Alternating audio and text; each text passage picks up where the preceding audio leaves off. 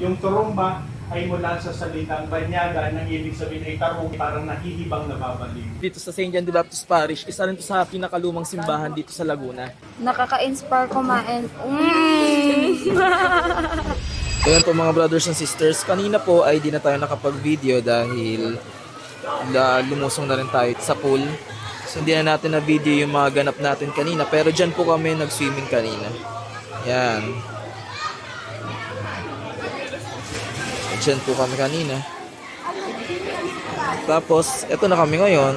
Nakabihis na. Napagpalit na rin. Naantay na lang na kami ay bumalik. Tapos, after nito ay babalik na kami sa parokya muna ng Turumba para bumisita sa mahal na birhen at makapagdasal din kahit pa paano. Yan po sila. Napakarami na po nila. Oh. Sila nakapag-retouch na sila lahat. Ayan.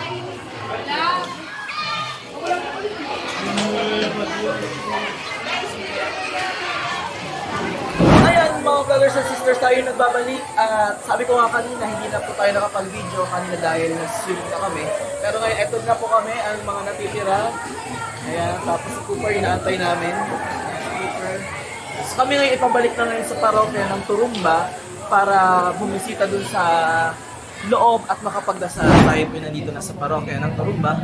So kanina hindi ka na tayo galing, di ba ka? Tapos ito yung parish store nila. Ayan. Yung parish store nila dito. Tapos ito naman ang kanilang office. Ito ang kanilang office. Ayan, ito ang office naman nila. Ayan. Ayan, nakita niyo na, no? So mamaya pupunta tayo sa loob. Saan na yung iba? Ayan.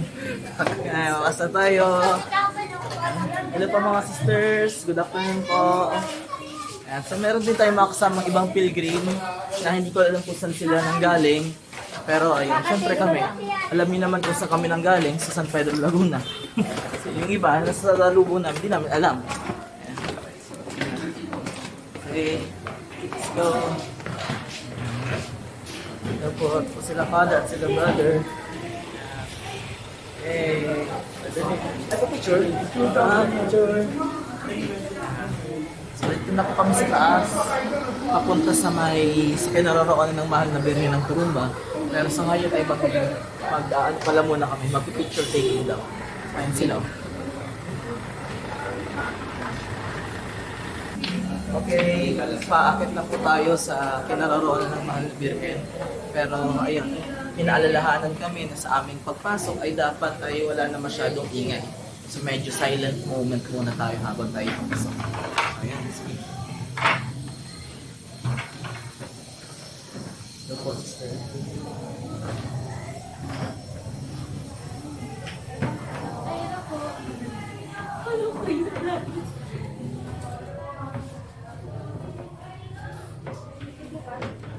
Ano po iwan yung bago na yun? Apa?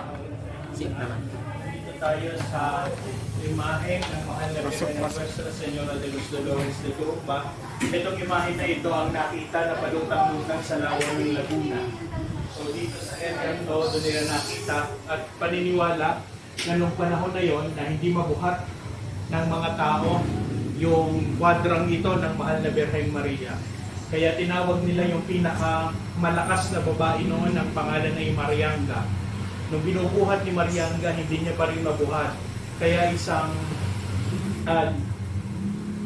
linggo ng umaga, tinawag nila yung praile, yung pare, at inireport na merong imahe ng mahal na Birheng Maria na palutang-lutang sa lawa ng Laguna.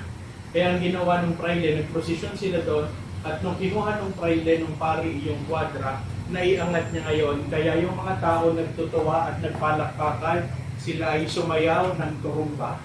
Yung turumba ay mula sa salitang banyaga, nang ibig sabihin ay tarong, nang ibig sabihin ay parang nahihibang nababaliw. So, kaya kapag nagtuturumba, ganyan yung ginagawa. So, simula nun, dito na lumaga ang mahal na birhen ng Turumba, ang Nuestra Señora de los Dolores de Turumba. May irony kayong makikita kasi yung mahal na birhen lumuluha, pero yung mga tao nagsasaya. na parang inaaliw nila ang mahal na birhen at sinasabing, nandito na kami, tahan na po. So, di ba tayo, nagpe-fiesta tayo isang beses, isang taon lang. Dito ang fiesta ay umaabot ng siyam. So mag-start sila ng Biyernes de Dolores matatapos ng September. So yun. Hindi na ba?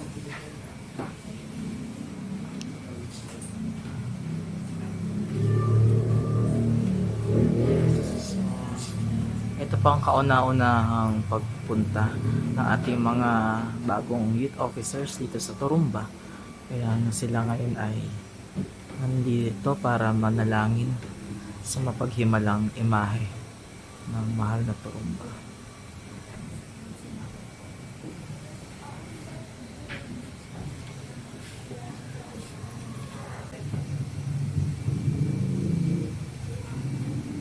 Ayun mga brothers and sisters, kakatapos lang po namin na magdasal sa loob. At ngayon ay bababa na po kami sa loob naman ng simbahan para makita yung bagong disenyo at isang ng simbahan.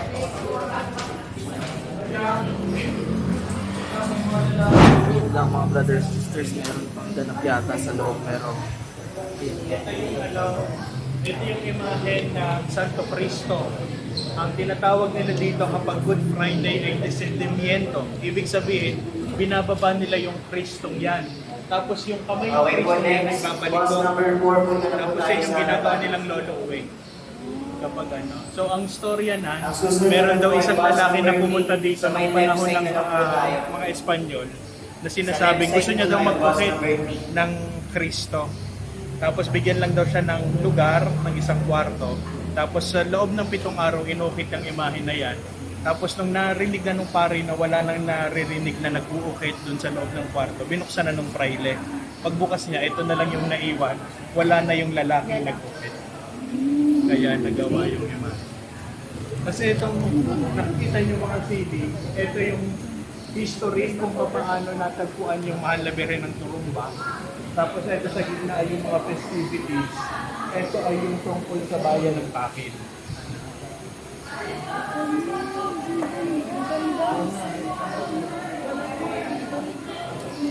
ganda na. Ang tawag dito ay the final judgment. Ayun na nila? Ano? The final judge. Pero magaling. So ito po mga brothers and sisters, ang tawag daw po dito ay painting ng the final judgment. Kasi di ba wala pang mga sound system. So dyan nag-humili ang pare. Yung parang ano? Padre Ay hindi, iba yun eh. Si Pope ay sa bintana na labas. Ito dyan nag-humili ang pare. Kasi walang sound system. Minsan na lang. Linig kaya yun? Ganyan na. I-ready na po, bus number 2. Kayo na tayo sa may left side mo tayo. Alin po? Langit-langitan. Pag inakit na, wala, sayang eh. Kasi ito, may daan yan, mapapasok natin yung kisame. Tapos makikita nyo, yung mga kisame nila, yung mga talagang troso ng kahoy. Tapos pwede nyong lakarin yun. Pag didiretso nyo, doon ang labas. Sa ano yan. Isang Sa ikot. area niya. Ayan mga brothers, sisters, amazed na amazed ang ating mga kasamahang kabataan dito sa Ang galing. Alright, bus number 2. Punta na po sa harapan. Bus Ayan, so ito naman po mga brothers and sisters yung labas ng simbahan. So ito po ay ang Parish of St. Peter of Alcantara, Diocesan Shrine of Nuestra Señora de los Dolores de Turumba, Paquil, Laguna. Ayan. Ito po siya. Makikita nyo na, lumang-luma talaga yung ano niya, structure, pero napakaganda pa rin. Ngayon ay nandito naman sa Longos, Laguna, sa St. John the Baptist Parish. Yung malaki. So nandito kami ngayon dahil ito ay since along the way din naman ng aming biyahe pa uwi ay dumaan na rin kami dito. So sabi ni Father Rap, nag-invite siya, so goods agad tayo kasi minsan lang naman tayo makadaan sa maaga itong parokya. Itong parokya ng Longos dito sa St. John the Baptist Parish, isa rin to sa pinakalumang simbahan dito sa Laguna. So ngayon ay ito ang kauna-unahan na pagbisita namin dito. Tinitingnan namin ano ba yung mga kaabang-abang na meron dito sa ano na to, sa parokya na ito.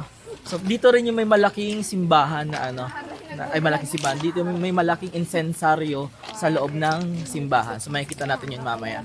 Ay baka umalis agad tayo. Respeto naman. Hindi, ngayon hindi tayo aas agad kasi walang tao.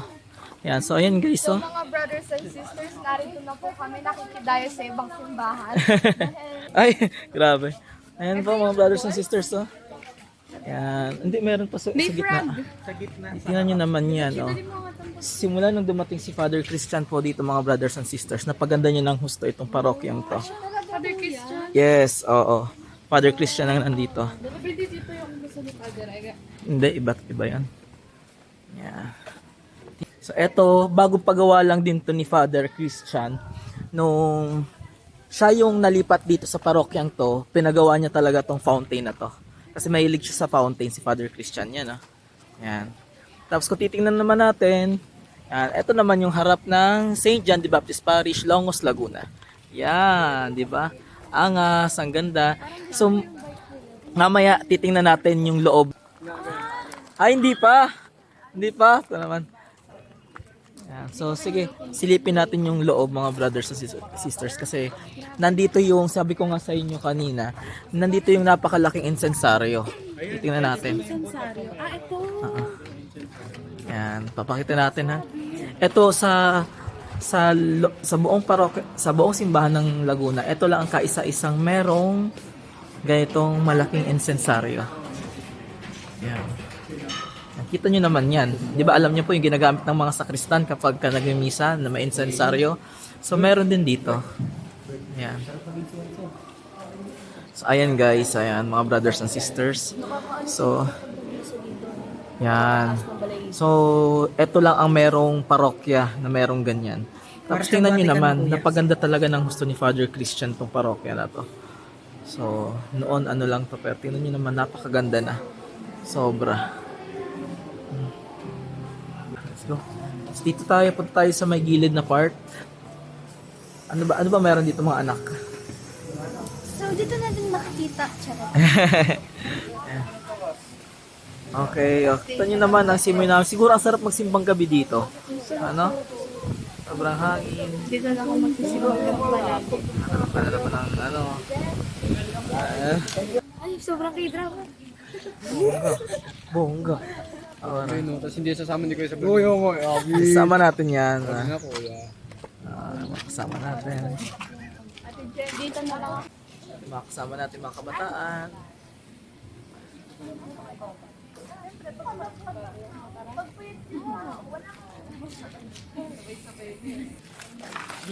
Tapos, hindi ko alam kung ano to. Itong, Dito lang tayo kalayaan. Para malapit tayo yung Father Aga. lapit ba to? Kay Father Ega? Ano, kabilang ano pa yun? Kabilang ibayo pa yun. Yan. Kalayaan din to. Rin to. Hindi ko lang alam kung anong part to, mga brothers and sisters. Feeling ko, mga brothers and sisters, kumbento yun. Kumbento nga ata. Kasi may table na malaki sa loob. Yan. Different angle naman ng simbahan dito. Ganda, di ba?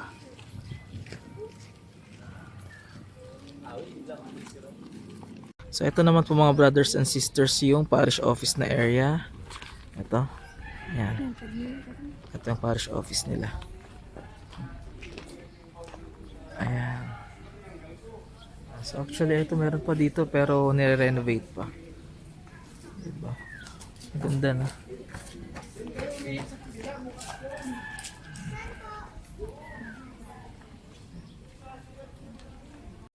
Ayan, pinasiklaban kami ni Father Christian ng kanyang fountain. Ayan, binuhay niya yung fountain. Oh, di ba? Angas. Ayan. So, ito yung mga ano niya. Previous niyang itsura. Tama ba?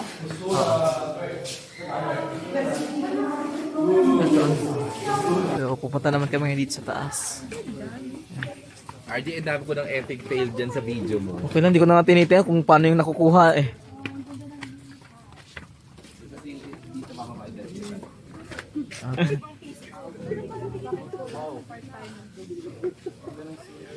Tapos kaya nagkwento pa si Father, napakarami niya pang plano pala talaga dito. Ang galing. Kaya ito yung altar na kung saan yung tatlo ng santo ng impossible cases ay na isang karita ni Catherine na kasi St. Jude Day.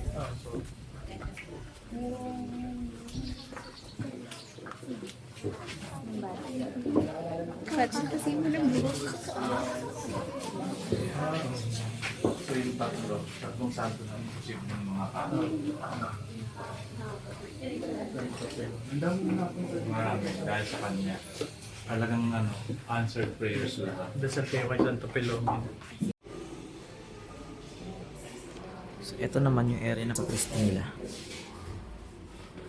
Ngayon mga brothers and sisters, kami ngayon ay pabalik na sa sasakyan namin. So kami naman ngayon ay pupunta sa bahay na ni Father Rap. So para doon na kami kakain ng dinner diretso.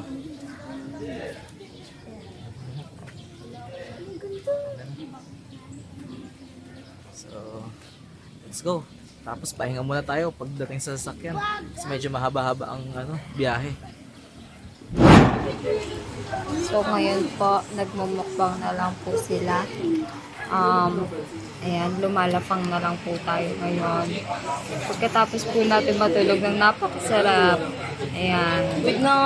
Sarap po yan. Kumain po siya ng coffee jelly, ng cordon bleu. All you can. Opo. Nasarapan din daw po siya dun sa gulaman na juice. Ang sarap-sarap daw po. Tapos, ayan. Ay, sumubo sa kuya. Kuya, ang sarap. Ang sarap.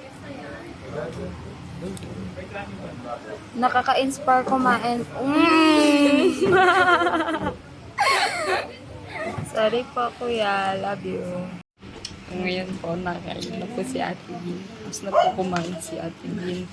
Nag-iisip na po siya kung anong gagawin namin sa swimming, kung saan pa po kukuha ng pera sa pan-swimming. Ayan, nakita na po kami ni Kuya.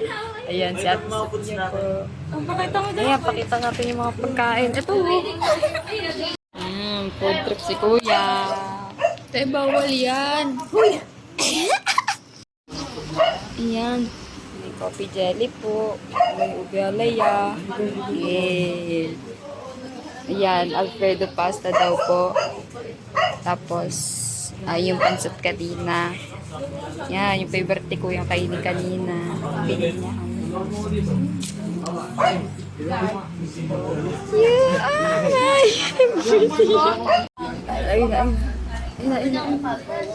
Ay, binaba. Inikot-ikot. Ayun na. Sarap. Nakabidyo ka. Hello po mga brothers and sisters. Andito po kami nila Kuya RJ. Kaya kakatapos kakatapos na po namin kumain. Ito po mga kasama. Yung iba po ay kasalukuyan nasa loob na dahil pinapasok na ni Father. Yung mga nagbibideo kanina. Ano yan, Lance? Ano yung sasabihin ko? Congrats po. Okay, kita-kits ulit.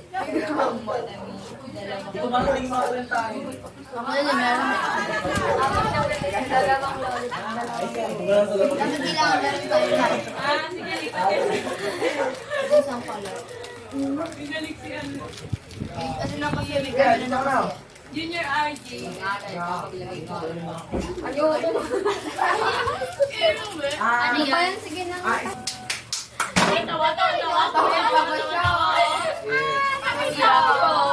Ano yan? Yung nalulunod naman si RJ? Awit kayo. Tayo ulit-ulit kayo, ha? Buta may lifeguard tayo. Nabidyoan ko yun, kuya. Nandiyan ako sa last kuya. Nalunod ako mga brothers and sisters. Ano purpose mo? Ano ba purpose ngayon? Kumain na. Magpakalunod. Ito na lang yan. Magpakalunod daw. Maliit na rin yan. Nawawalay kuya. Kanya ka naman.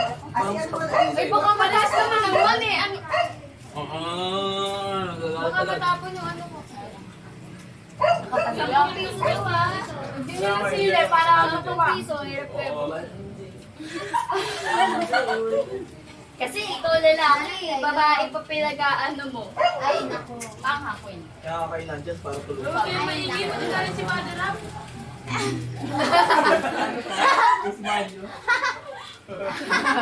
Uy, grabe ka. I love this one. Pero, baka gumalaw yan dyan. Pinagtugo pa sa mali. Pero, may sinasabi. Kami po ay pauwi na. At pabalik na kami sa sasakyan. May sabi. Pero sa pagkakataon po ito ay hindi po namin makakasama si Father Ralph. Dahil si Father Ralph po ay nagpaiwan sa bahay nila. Dahil meron pa siyang bisita na inaantay. So ang mangyayari po mga brothers and sisters ay ako ay lilipat muna doon sa kabila sa may L3 doon sa sinakyan ni Father Ralph para ako bibigyan sa mga bata. Ngayon pa nandito na ako sa L300 kung saan ang kasama ko naman ngayon ay yung mga kabataan na kasama ni Father Ralph kanina. Diba? Ang dilim na. Pero ayun, si Father Ralph ay yun nga, sabi ko kanina ay nandun, iniwan natin sa bahay nila dahil may mga bisita pa siya. So ngayon, ito na mga kasama ko ngayon. Ito mga babae kita to. Ayun o. Ang linaw, diba? Ang dilim yun, no?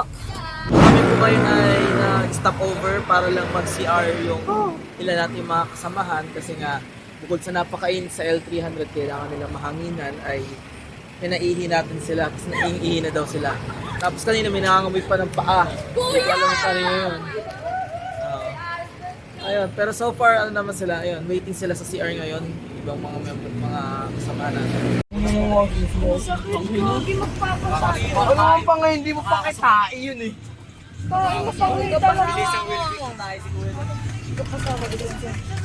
Grabe yung ano ako. Ay,